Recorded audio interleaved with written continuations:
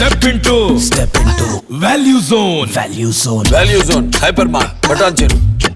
తర్వాత ఇప్పుడు పొలిటికల్కి వస్తే మీకు బాగా ఇష్టమైనటువంటి పొలిటికల్ లీడరు నాకు అన్ని చోట్ల చెప్పండి. సెంట్రల్లో ఎవరో చెప్పండి, తెలంగాణలో ఎవరో చెప్పండి, అలాగే ఆంధ్రాలో ఎవరో చెప్పండి. మెయిన్ మా ఫ్యామిలీలో మా ఫాదర్ మాకు చెప్పింది అదంతా వైఎస్ఆర్ గారి గురించి మేడం. నాన్నగారు ఏం చేసేవాళ్ళండి? Father was a government employee madam, state archives లో.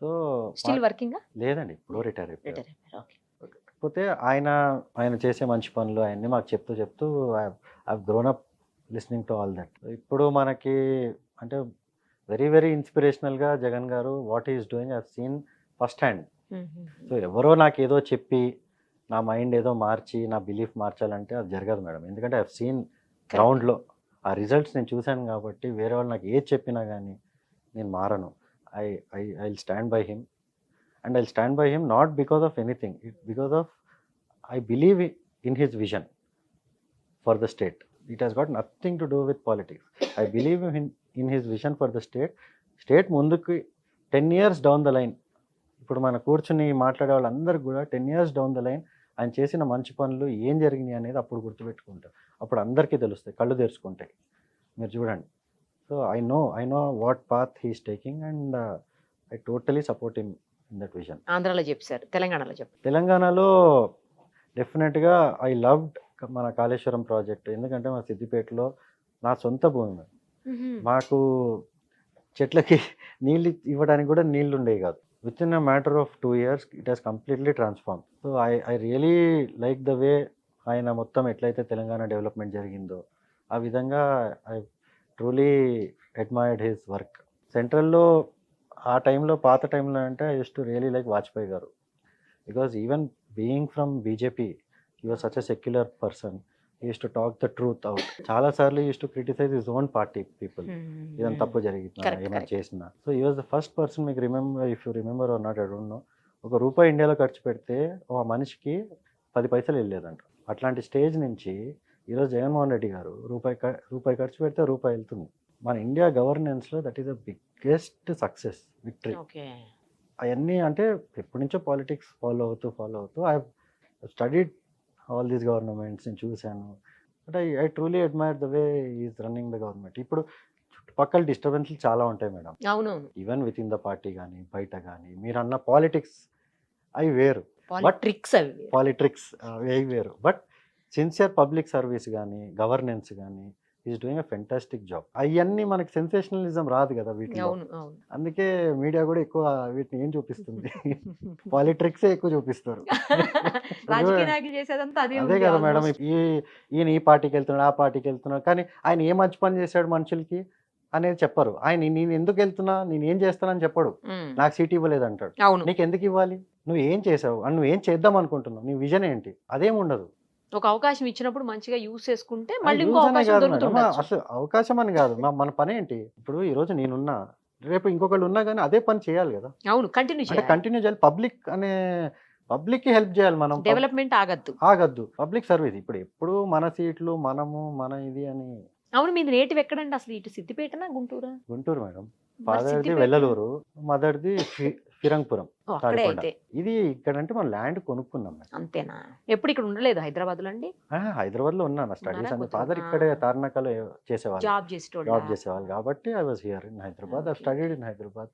ఏ స్కూల్లో చదువుకున్నారు? భవన్స్ మేడం, భారతీయ విద్యా భవన్. భారతీయ విద్యా భవన్స్ లో చదివారు? జూబ్లీ హిల్స్ కాదు, సైనిక్పూర్. ఏదైనా కూడా భారతీయ విద్యా భవన్స్ లో చదివారు. సూపర్. అసలు అక్కడి నుంచి స్టార్ట్ చేశారా ఆడటం? yes madam. స్కూల్ లెవెల్లోనే? స్కూల్ కాదు, ఇంకా అదే school. when I was 8 years old. అప్పటి నుంచి స్టార్ట్ చేశారు. ఫస్ట్ 8 years కి పట్టుకున్నారా బ్యాట్? 8 years కి ఫాదరే నన్ను కోచింగ్ క్యాంప్ తీసుకెళ్లారు. ఆయన డ్రీమ్ నేను ఇండియాకి ఆడటం. సూపర్.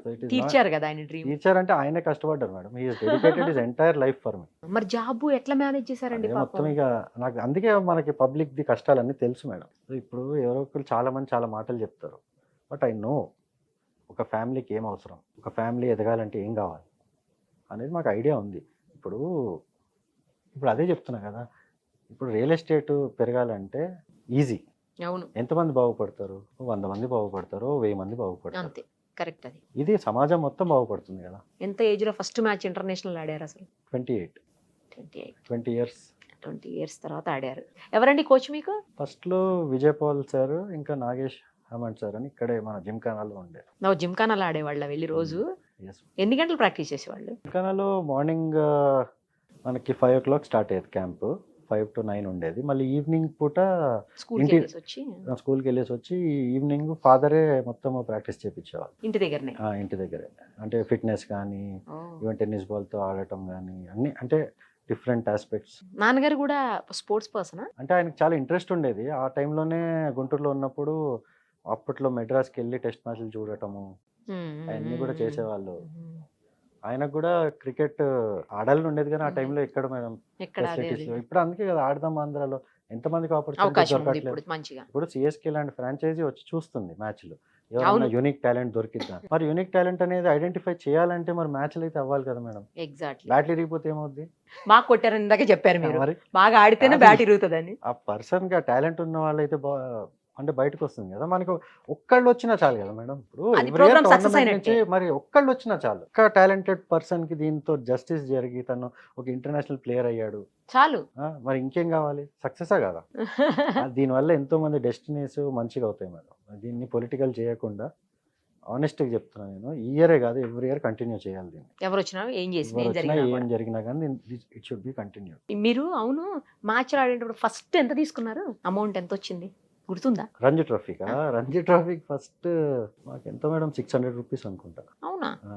చాలా లెస్ అమౌంట్. ఇప్పుడు బాగుందిగా. ఇప్పుడు వేరు మేడం. అంటే అవన్నీ ఇట్ హెస్ చేంజ్డ్. అంటే we have seen cricket change. International match ఎంత తీసుకున్నారు? ఇంటర్నేషనల్ మ్యాచ్కి ఫస్ట్ 2 lakhs అనుకుంటా. ఆ డేస్ లో 2 lakhs అంటే ఎక్కువలేండి. ఏ ఇయర్ అది? లేదు మేడం 2013. 13.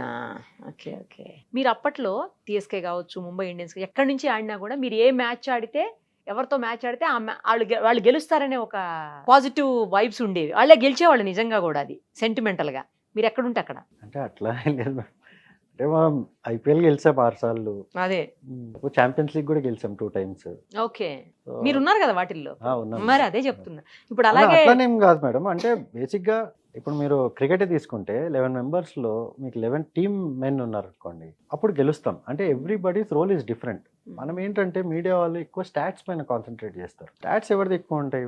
టాప్ ఓపెనర్స్ది, వాళ్ళదే. వాళ్ళకి ఎక్కువ. కాకపోతే టీమ్ ఎన్వైరన్మెంట్ ఎట్లా ఉంటుందంటే ఈవెన్ మన వాళ్ళు ఎప్పుడైనా 6-7 నంబర్ బ్యాటింగ్ ఆడి ఒక 4 కొట్టినా కూడా that is as valuable as opener correct. Exactly. 50 or 60 కొట్టితే కూడా. సో అవన్నీ టీంలో అర్థమవుతాయి కానీ మీడియాకి బయట వాళ్ళకి అర్థం కావు. బట్ ఆ టీమ్ ఎన్వైరన్మెంట్లో 11 టీమ్ మెన్ ఉంటే chances of success or great. So even same thing in politics. ఆ టీమ్ మెన్ ఉంటే వాళ్ళు ఇండివిజువల్ దాన్ని కొద్దిగా పక్కన పెట్టి ప్రజల కోసం సేవ చేసి మనం ఓకే మన ఆంధ్ర కోసం చేస్తున్నామంటే ఆబ్వియస్లీ ఆ టీం గెలుస్తుంది. అంతే. అలాగే ఇప్పుడు మరి అక్కడ అలా గెలిపించేవాళ్ళు ఇప్పుడు అలాగే 24లో జగన్ గారి టీంని కూడా గెలిపించబోతున్నారా మీ లెగ్తో? అంటే జగన్ గారి టీం అంటే ఇప్పుడు నా పని నేను చేస్తాను మేడం. వేరే వాళ్ళు కూడా వాళ్ళ పని వాళ్ళు చేస్తే డెఫినెట్గా గెలుస్తాం. బాగా చెప్పారు. నా పని నేను చేస్తున్నా, వాళ్ళు చేస్తే గెలుస్తారు అని. అంతే కదా మేడం. నేను నా పని చేయగలను, వేరే వాళ్ళకి నేనేం చేయగలను. ఏం చదువుకున్నారండి మీరు? ఎవరు? నేనా మేడం? బీకామ్. బీకామ్. అందుకే బీకామా? బీకామ్. అవును, బీకామ్ చదివారు. కాలేజ్కి స్కూల్కి రెగ్యులర్గా వెళ్ళేవాళ్ళ? ఎప్పుడు చూసినా ప్రాక్టీస్ మీదే దృష్టి ఉండేదా? ఎక్కువ క్రికెటే మేడం. పెద్దగా చదివేవాళ్ళు కాదా?